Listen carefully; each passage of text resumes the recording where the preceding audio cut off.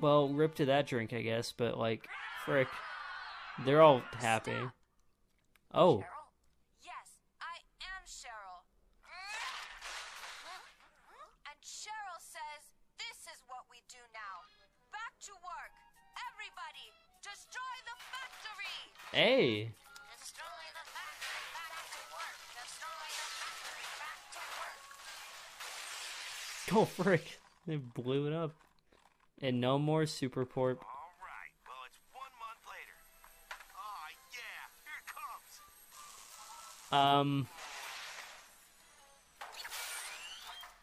Enjoy Super Porp.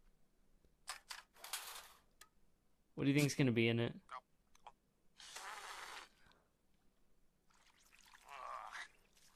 I jinxed that. You kind of did. Interesting. What a weird concept for an episode. Like going against a massive corporation, which isn't like a new idea, but for something like, for a show like Adventure Time, that's kind of out of place for the type of show it is. But considering how long the show is, I feel like you have to do every sort of idea, considering how many episodes there are. But it was interesting bringing Susan back for this specifically. I find that an interesting way to bring her back. I don't know, the episode overall was pretty okay. It wasn't, yeah, it was like above average. Nothing to fawn over, but it wasn't, you know, it is alright. It was an okay episode.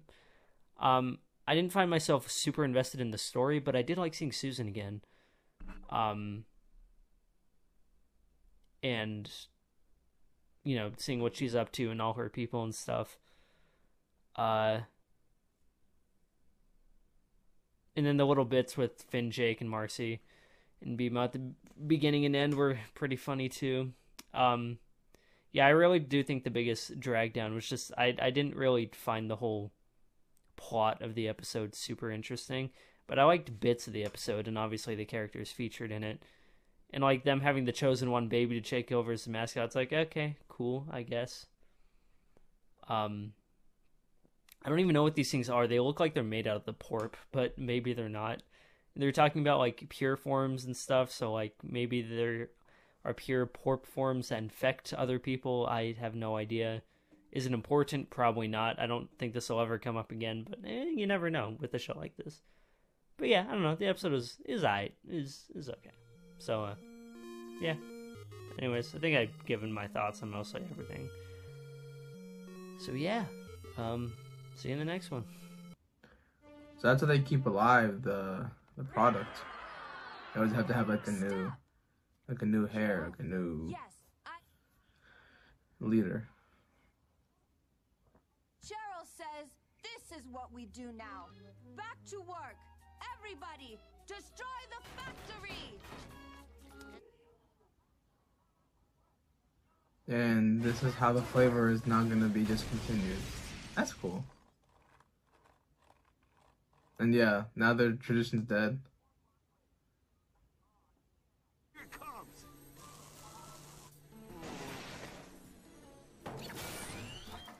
Enjoy Super Porp. Or just like that, but just like a new flavor. Or like a new recipe or whatever. I jinxed that. Okay. The Susan episode, as in she returns for the first time, and it's been a very long time. It's a cool adventure that involves that simple idea of like, hey, this soda that we love, what are the origins of it? And yeah, it's not so crazy or so special, maybe even a little bit anticlimactic, but it's a solid kind of okay episode. It's an idea of like the factory, the assembly line, like what happens, what are the inner workings of it, how does this thing even come to be. And again, while maybe it can be kind of boring or it can be anticlimactic, but I think seeing Susan here being involved in a way, and also kind of showing that they are human as well, or something. They have the weird tattoo thing up there, or cyborg, I don't know. But yeah, it's an alright episode. It's okay. It's okay. See you next one. Cheryl? Yes, I am plan, Cheryl. Destroy the factory, back to work. All right, well, it's 1 month later. Here it comes. Enjoy Super Porp. I jinxed that! Well, that was an interesting one, guys. I didn't expect that. We had so many episodes that were amounting to what seems like craziness that will connect things for the last couple episodes. A bunch of episodes in a row have explained background or lore or led to things, or at least led me to believe that it's leading to things. And then this one I thought was going to connect to something huge. I mean, it could, I guess. Doesn't have to. I always say it. They don't all have to connect. I just thought, based on the track record we had the last couple episodes, that this was building to something big. I'm thinking that somebody old, ancient has to be controlling Super Porp. And whenever I think of old and ancient, it's either Marceline, Ice King, Princess Bubblegum, or maybe somebody new. We've seen Evergreen and his people. I was thinking we were going to get some huge reveal there. We have never heard of Super Porp before. Am I crazy? I don't recall ever hearing anyone even mention Super Porp before. But I know for a fact we haven't seen the machines, or am I even crazier that I don't recall ever seeing these? These are giant purple vending machines that distribute nothing but this grape drink called Super Porp. And Cheryl is on every machine. She winks at you, and apparently Cheryl is a mask over a grape soda monster creature, whatever you want to call it. I guess a grape soda person. I mean, there's all sorts of candy people and all sorts of other weird creatures and people on this place. So for some reason, this Cheryl person, who is made of what looks like grape soda, has been around for hundreds of years, thousands of years. Finn said since the Great Mushroom War, or around that time. So I feel like Cheryl, or at least the Super Perp, has been around for a very long time. But in one episode, we found out about it. Susan Strong jumps in because they stole the baby, and they're saying the baby is the one that's supposed to take over.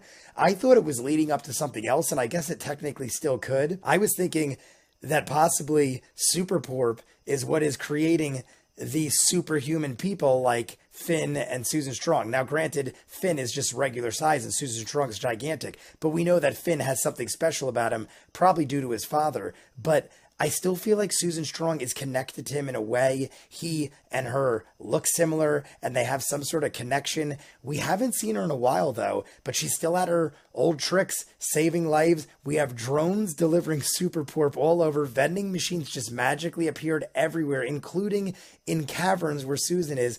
And I know I don't have to think too deep into that, or do I? Like, should I concern myself with things like that? Like, how did they get these Super Porp machines into all these locations without anyone knowing? And everyone just kind of went along with it until people like Susan Strong stepped in. And not for nothing, Jake and Finn didn't even seem too concerned by it, because they were still waiting there a month later to get their delivery. So a month later, Susan Strong obviously had them wreck the factory, and that's why there was sludge in the can. But it doesn't seem like word spread very far that a month later, Jake is still waiting around to drink it. So I don't know if that was just some crazy business going on. I feel like something more is afoot with Super Porp, and we're going to find out about it. We have all the people that were creating it still alive, even though it looked like Cheryl died at the end. She turned into a liquid and oozed away. She could have just escaped, and we assume she died, and maybe that was her way of escaping. But I feel like she's dead, and all the people now think Susan is Cheryl. Is Susan going to stay there now and act as Cheryl? I think not, because she just destroyed the factory. But maybe none of it matters, and I'm just going to remember and log it into the Adventure Time files that I have thousands of in my brain already. So you guys want to be way ahead, full unedited reactions of this and other shows I do. If you're seeing it on YouTube, we're probably done in full with the entire series. Dozens of exclusives you don't see on YouTube, seasons ahead on ones you do. If not, comments down below. Like and subscribe, and I'll see you guys on the next one. So Porp is just a whole, like, civilization of people, bro. Stop! Back to work! Everybody, destroy the factory! Back to work! So they've been drinking, like, people, kinda? Like, they've been drinking, like, All right, well, people. Like, I don't... later. Oh, yeah, here it comes. It's gonna be Susan and them, maybe. What is it?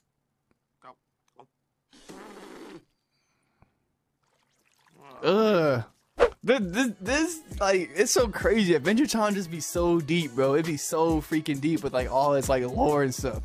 There's a whole freaking super port factory where it was just a soda where all they were doing was just creating like a soda for generations. So they were creating it before the war.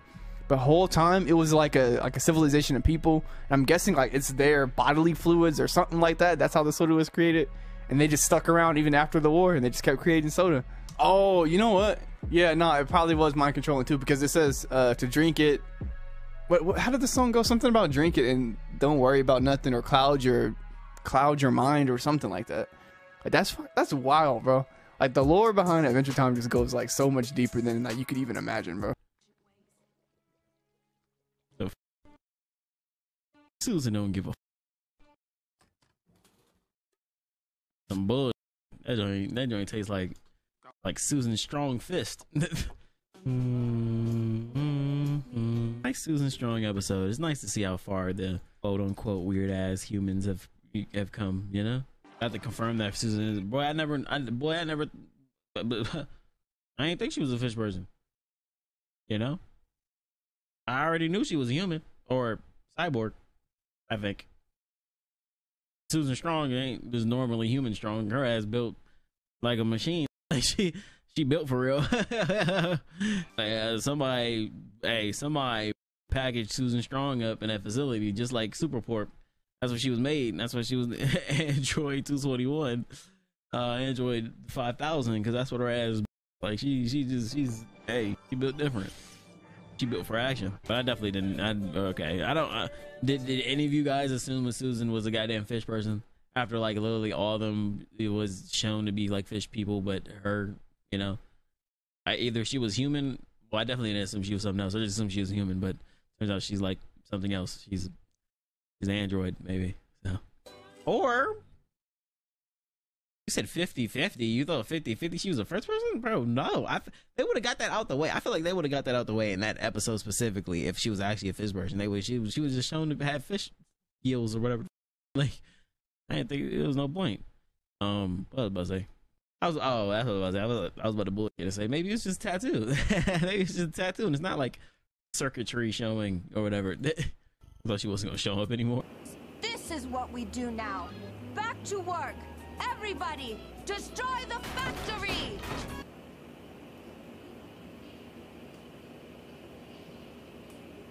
Damn. Enjoy Super Pork.